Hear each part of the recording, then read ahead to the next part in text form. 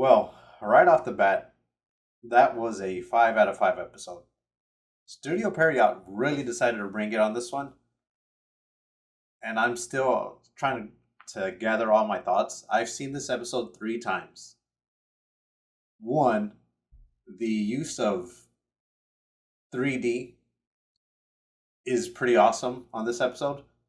They did a lot of weird angles, movements, transitions that were pretty cool. Not gonna lie.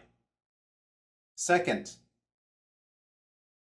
of course, the soundtrack audio mixing is always good from previous seasons, but this is one that really shows that how much Studio Period and Period Films are invested in Bleach. The background music was on a whole nother level this time. Like, of course, the things we've heard, but slight variations to them really caught me off guard. As far as the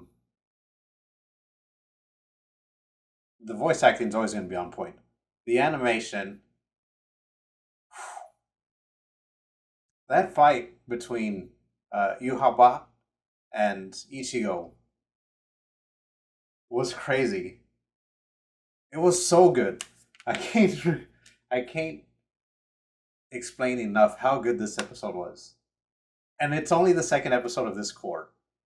Like, take a second to grasp that. We are in a very, very interesting anime season.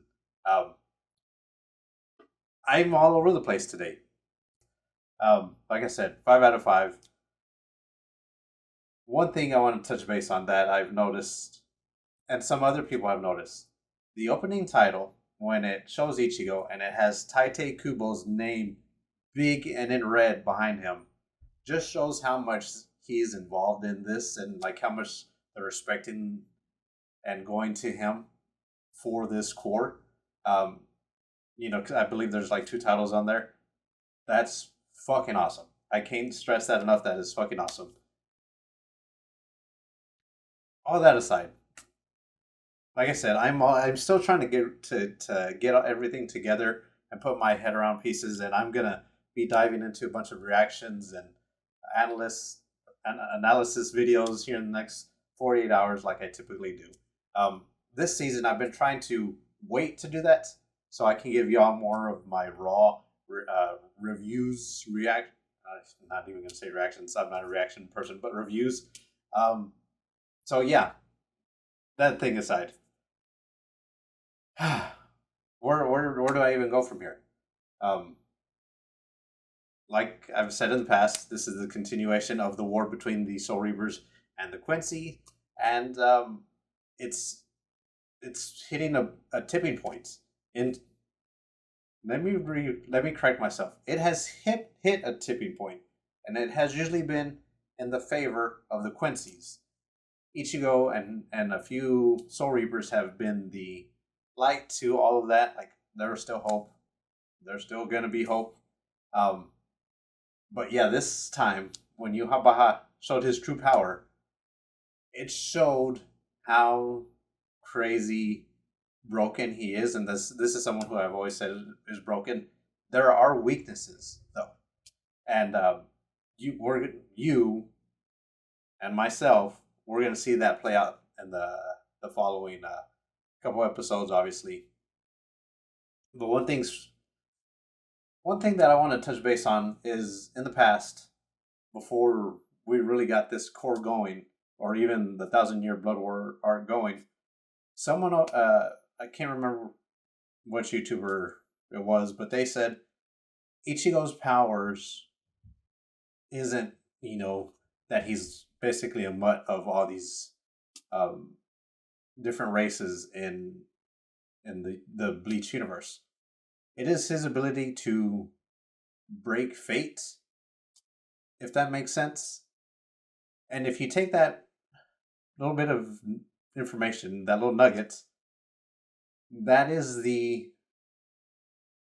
linchpin that is going to be how they can beat Yuha Baha, because he can see it all. He is on another level right now. And during that fight, and after the fight with Ichigo and Yamaha, Ichigo never drops his sword, and he says that he's going to show him despair. He is not the first Bleach villain to say that to Ichigo. Ichigo has been through the ringer, and I know there's a small section on the internet that says Ichigo is a poorly written hero. He has no motivation, and I think that's why I related to him more growing up, being an older brother and having that want to protect your siblings and your younger cousins and family and whatnot. You don't care about everything else. You care about your world. That's what Ichigo is doing right now. He cares about his friends. He cares about protecting his family. He even wants to protect Hueco Mundo. He wants to protect these three worlds from being destroyed. And that right there shows exactly the type of character and hero Ichigo Kurosaki is. Even when he has been beaten down by Ulquiorra, Grimmjow, Byakuya, he never drops his swords. Pay attention. He rarely, I can't honestly think of any time he's dropped his swords when he's lost. He is laying on the ground on this episode, and his fists are still holding on to those swords. He knows he's not supposed to win, but he's still going to go. He flat out says, I don't care if there's someone else that can stop you. I have to do it. He has to be the one to protect his friends, his family, and the three universes. And that's what more and more people in the world of Bleach are starting to realize, that he is that type of character. If you don't believe me, look at how Byakuya asked him to save Soul Society whenever the shit hit the fan in Core 1. So, you're never going to silence all the shit talkers online. That's just what it is. 90% of the time, if they have a fucking anime character as their profile picture, I don't even listen to what they say. And I know that's bad to say that, but the internet's just wild, wild west sometimes, and you just got to move on. All that BS is, bullshit aside,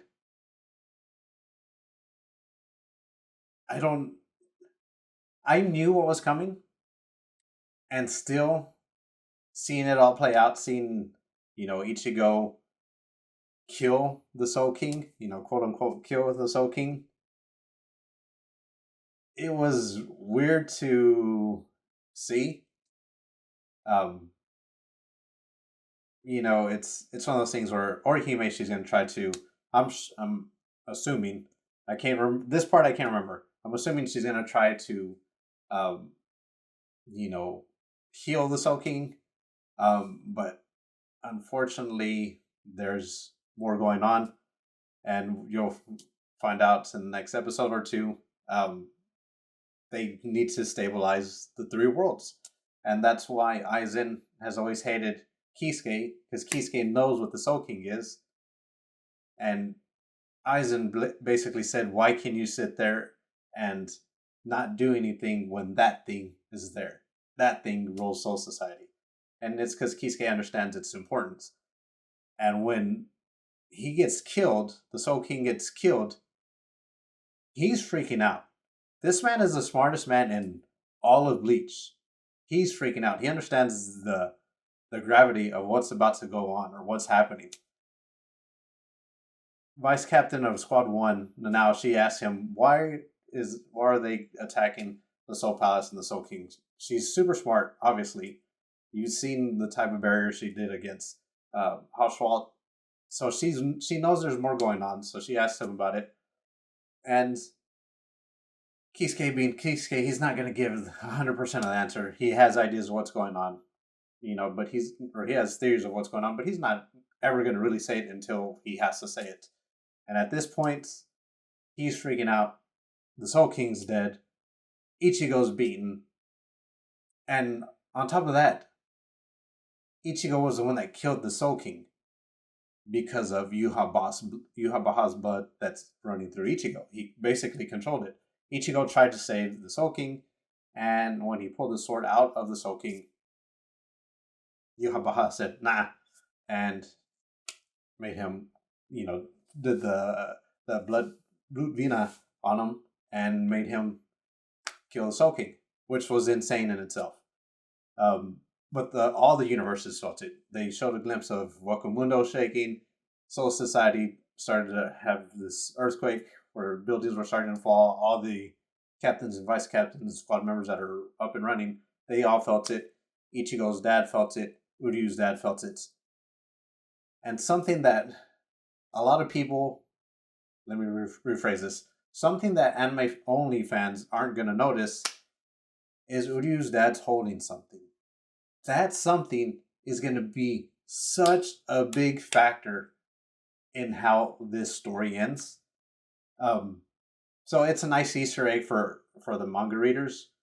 But if you're an anime only, it's just know that little thing that he's holding is insanely special and important. That's all I'll say on that aspect. And before I wrap this up, something that some people online brought up, which is already a hint of the changes that are being made to the anime, when Uryu's powers start to go haywire, because he still hasn't quite controlled it, we see the Blue Vina kind of glitch on his hand. But it's a certain pattern, and that pattern has been teased in the opening, and it's the fact that it's being teased, but it's not just because it's this pattern on his hand. The pattern has ties to a bigger portion of the Bleach world. That's new. I don't know what they're gonna do with that, which makes me super excited. A lot of Bleach fans knew that this core was going to be different for us as well as anime only fans, because they were going to add so much more. Tite Kubo was going to add so much more. There's not very many chapters left if you want to go chapter for chapter, episode to episode. There's not very many left. But we still have 2 full cores left. I think it's going to be another 24 or 25 episodes, if I'm not mistaken. So there's going to be a lot added. We've seen more added with Uryu's fight with Senjimaru. This one, the opening had this semi-backstory glimpse of Yuhabaha. That's new, which I liked. I'm going to like a lot of the stuff that they add because it just fleshes out the worlds, the characters, and it gives Tite Kubo a chance to really deliver on the story he wanted to tell us. I can't wait to sit there and talk about it with my friends. I've seen a few of my friends' reactions to it. This is a very good episode, and that's not just me being a Bleach fan. Like as an anime fan, that was a really good episode. From like I said, everything from the sound mixing, the soundtrack, the animation, the fights, the voice acting. It was so good. And it's only the second freaking episode of the season, and that's what is blowing my mind. Because Bleach isn't like... There's another anime I'm watching, Uzumaki. It basically blew its load on the first episode. Second episode, quality-wise, wasn't that good. It was a big drop. And I saw that with another anime in the past. And that happens. Okay, fine. It's not the norm, obviously. Like Den to Den is another one that I'm watching right now. Episode 2 was just as good looking as episode 1. So that's not the norm, and I didn't expect the quality of Bleach to drop between 1 and 2. But I didn't expect it to go up this much. And that gives me hope that even if it stays the same, we're going to be eating well, as some people would say. But if it goes up, because there's going to be a lot going on, we are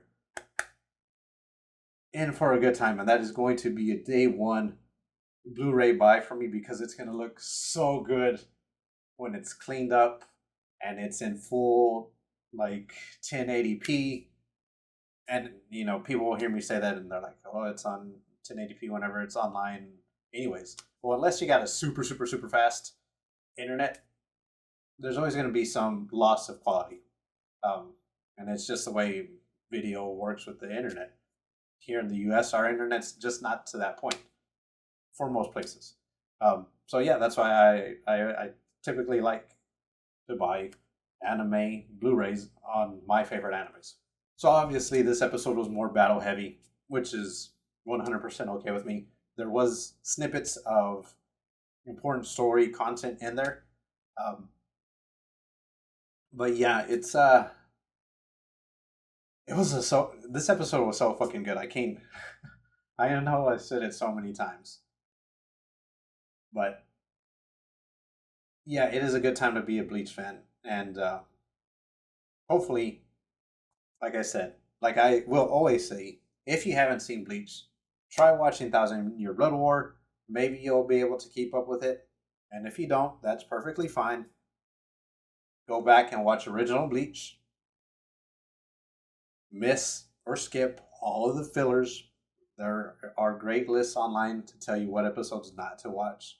I'm not saying they're all bad. The fillers are just, dropped in the worst spots, and it's seasons worth of it. Now we live in a world where you can skip the episodes that you need to skip. So, if you haven't seen Bleach and you want to give Thousand Year Blood War a chance, try it. Try to watch Thousand Year Blood War. See if you can keep up with it. If you can't, nothing wrong with that.